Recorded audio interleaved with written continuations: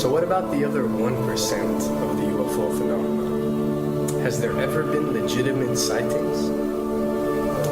As promised, we're going to cover this 1% in a future episode. But I'll share with you something a wise man once shared with me.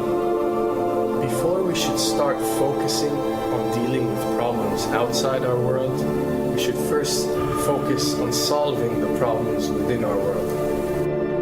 And before you can start solving problems within your world, you first have to solve problems within yourself and within your surrounding environment of family and friends. So basically what I'm trying to say is that we have priorities that we need to focus on first and foremost so we can successfully build our lives and our minds. Now, it's no secret that the difference between what the government knows about UFOs and aliens and what is shared or released to the public is extremely enormous. And unfortunately, governments and several organizations on Earth are taking advantage of the UFO phenomenon to achieve worldly agendas. So why do we see particle beams, huge ones, firing at things that are, you were saying 200,000 Gs? Yep. I mean, go over that. Well, because I think it's part of a test for if there are bad guys out there. Or maybe they're doing preparations for factions. We may be looking at more than one faction. Remember, these groups tend to fragment. They fractally fragment so that you have wars within wars within wars. You know. But why would NASA release that footage? Well, remember, you've got all the good guys in NASA, and then you've got a few who are not good guys. The good guys don't know that there's something to keep secret. Remember, the lie's different at every level. They believe the lies they've been told. So when you set up a structure, an institution, which is supposed to be open and above board and is supposed to present live TV of the shuttle missions, they present live TV. Now, the controllers can't say, oh, well, you can broadcast this, but you can't broadcast that. Because the honest guys will then say, sure. Well, why can't we broadcast that? So people always say if this was happening, it would come out, and it is coming out. Well, I mean, I agree with you. When you've got the Catholic Church saying we need to love the aliens, they're our brothers, when you've got every major denomination saying it, when you've got all the movies, and you've got, in the 80s, huge programs at the Olympics with aliens landing, fake aliens, and you've got huge things the size of 3 football fields floating over Dallas and stuff all over the place. Something's going on. And then I read government documents about fake extraterrestrial landings. Any of this. Why? I mean, you believe it's fake. Remember Operation Northwoods? Yes. Okay. Or we can go to the, September 11th. Governments do huge, big things to sway populations at key nodal points in history. They love hoaxes. Yeah, well, they manufacture history is what it is. We are building, all my UFO friends, I need to shake them because they're so, frankly, they're extremely naive, Alex. They really believe we're building toward disclosure.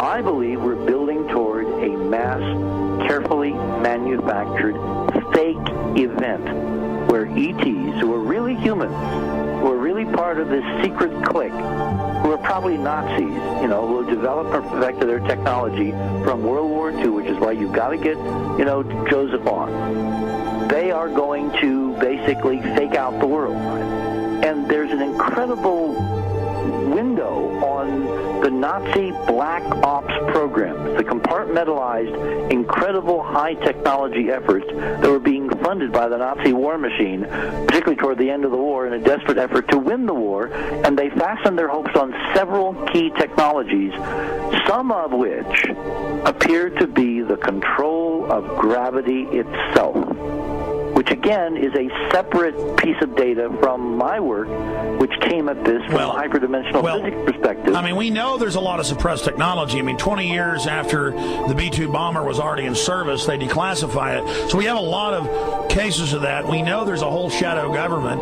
This is technology and physics, Alex, that would make anything you think you know like a candle flame compared to a hydrogen bomb. This is a physics that literally allows you to rearrange time.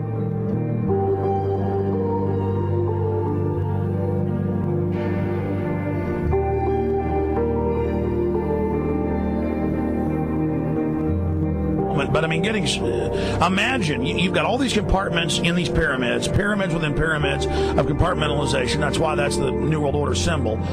And we don't know what they've got because they are so secret. We know they lie so much. We just know it's advanced. Mainline scientists say they're 30 years advanced. So Richard C. Hoagland, what I'm saying to you is, I'm entertaining what you're saying. I respect you. I think you're a great guy.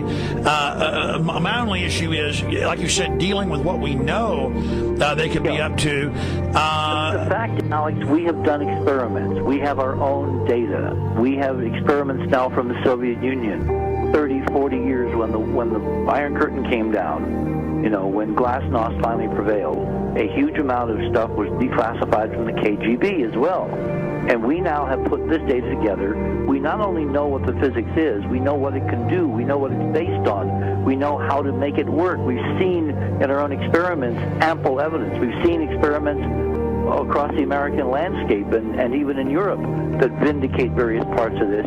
And the latest thing I'm working on, it looks like von Braun himself was deeply involved in some of this early physics experimentation, but they're keeping all the good stuff for themselves. The reason is that if we got access to the good stuff, if we got access to the technologies, the energy, we wouldn't be worried about $4, $5 a gallon gas or $10 a gallon gas. We would live like people are supposed to live, all 6 billion of us who could live lightly on the earth, Alex, with this technology. And live longer.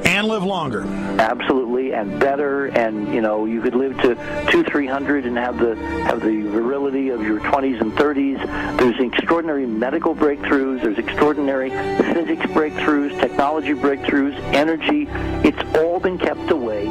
Think about it. We're already on a planet hurtling through space, all these wonders around you, and you've been taught it's bizarre to question, and that's because there's so many kooks in the alternative movement who do talk about ridiculous, Hollywood-style green men, instead of really looking at the shadow government and all these crazy secret societies that are admittedly running NASA and the shadow government. Now, ladies and gentlemen, during this talk that I'm going to give you, I'm going to explain to you the history of this phenomenon, who the secret government really is, and I will name them by name, the beginning group, the study group. I will tell you who they are today. I'm going to tell you what this is all about.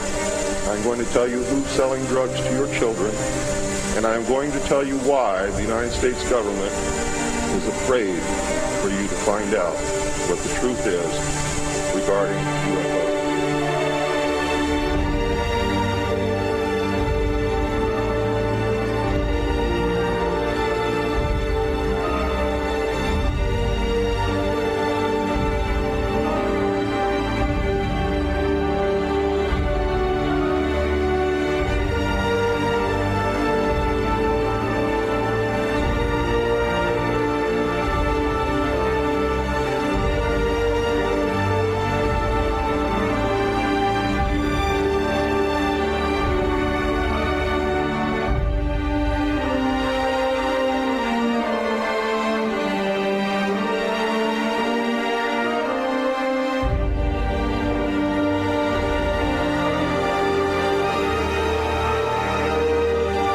And it turns out that even though she remembered that she'd been part of the team to debrief the astronauts, she couldn't remember a thing that they said. She couldn't remember why she no longer was working with NASA. She couldn't remember. In other words, her memory lapses were enormous, and I don't think they were feigned, because we now found the same pattern in all the flight crews. Because the awful truth, Alex, is they have been brainwashed. They have been mind controlled. They have had a technology, a very sophisticated technology, which took away the real missions that they experienced.